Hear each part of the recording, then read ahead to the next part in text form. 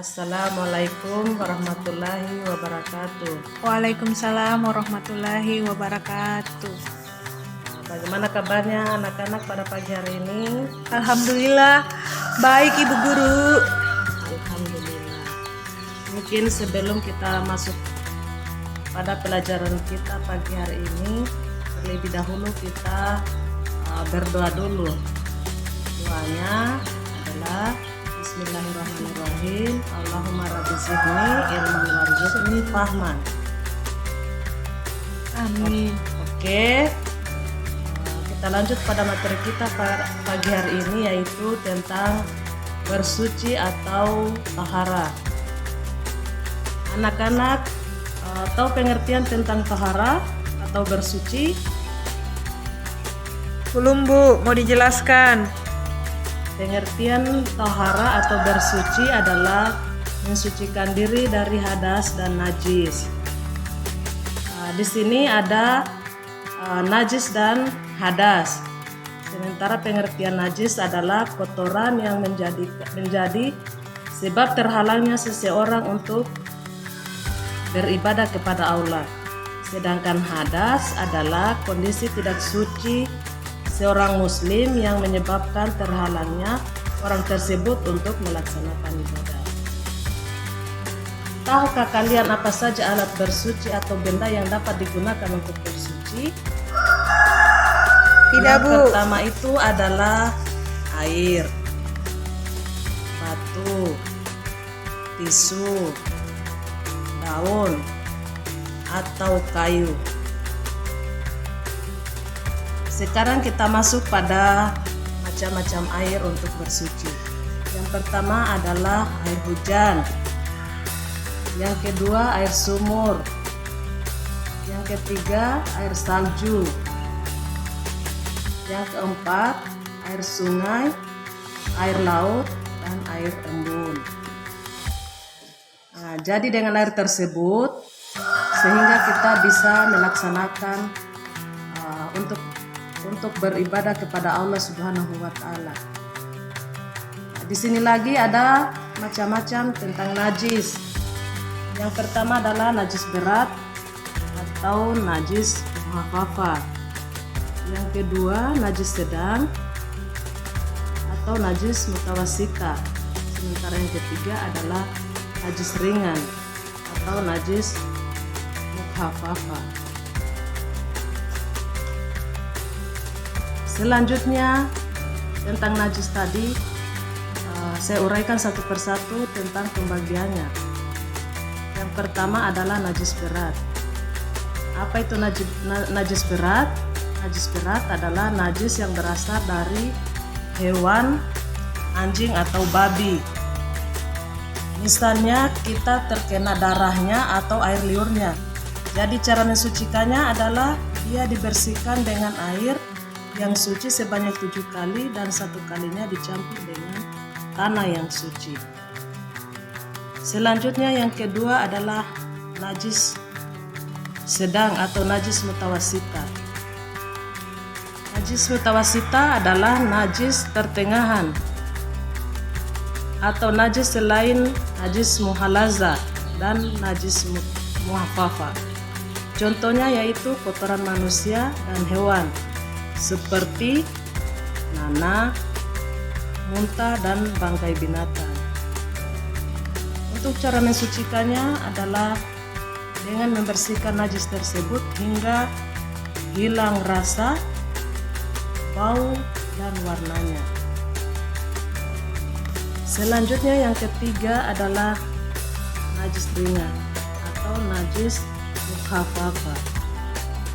Najis mukhafafah adalah berupa air kencing bayi laki-laki yang umurnya kurang dari 2 tahun atau belum makan apa-apa selain ASI. Cara mensucikannya dia yaitu dengan memercikan air di atasnya sehingga bersih meskipun bukan di air mengalir.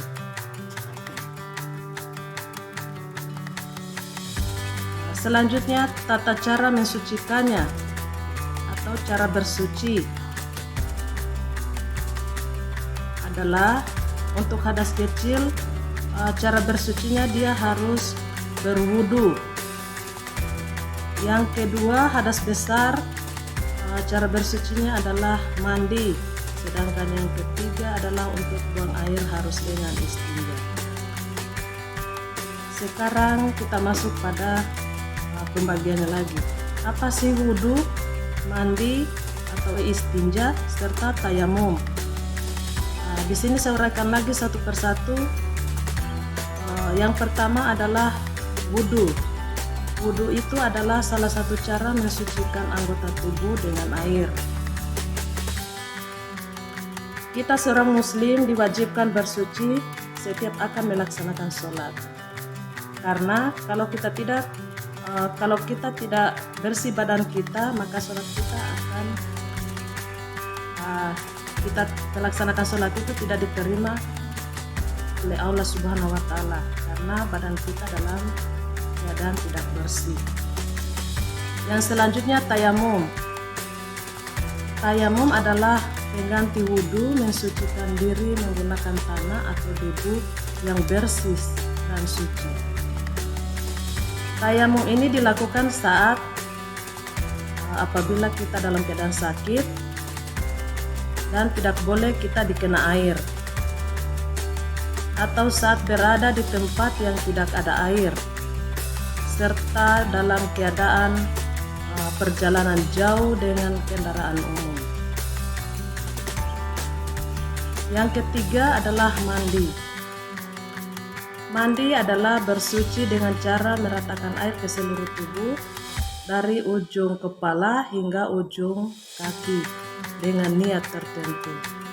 Mandi di sini wajib dilakukan apabila kita sudah berhenti dari haid atau nifas, atau kita memandikan mayat. Yang selanjutnya adalah istinja. Istinja adalah membersihkan diri dari kotoran setelah buang air besar atau buang air kecil. Jika kita tidak ada air, kita harus dapat membersihkan kotoran dengan tisu atau sejenisnya. Yang selanjutnya ada pada buang air, yaitu yang pertama, apabila kita masuk kamar kecil atau kamar mandi, kita dahulukan kaki kiri sambil membaca doa. Allahumma inni a'udzubika minal khubuthi wal khaba'is. Yang artinya, ya Allah, aku berlindung padamu dari setan besar laki-laki dan perempuan. Adab yang kedua adalah apabila setelah kita dari kamar kecil atau kamar mandi, maka kaki yang kita dahulukan adalah kaki kanan sambil kita membaca doa pula. Doanya adalah Alhamdulillahillazi azhaba anil adza wa'fuan, yang artinya segala puji bagi Allah yang telah menghilangkan kotoran dariku dan menyehatkanku. Yang ketiga, apabila kita masuk kamar kecil atau kamar mandi, harus kita menggunakan alas kaki seperti sendal. Yang keempat, kita beristinja sampai bersih. Yang kelima, jelas kalau kita beristinja itu harus kita gunakan tangan kiri. Dan yang keenam, setelah selesai kita beristinja, bacalah doa. Oke, mungkin sebelum kita menutup, terlebih dahulu saya menyampaikan bahwa manfaat bersuci itu adalah yang pertama, menjaga kesehatan. Yang kedua, menjaga kebersihan. Yang ketiga, terhindar dari penyakit. Serta yang terakhir, hidup akan selalu bersih. Dari materi kita, anak-anak bisa memahami Bisa Ibu Guru.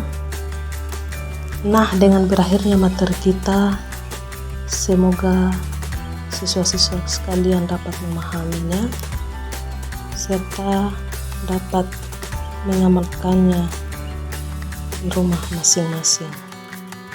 Mungkin hanya itu yang dapat saya sampaikan. Kurang dan lebihnya mohon dimaafkan. Saya akhiri dengan ucapan billahi taufiq wal hidayah. Wassalamualaikum warahmatullahi wabarakatuh.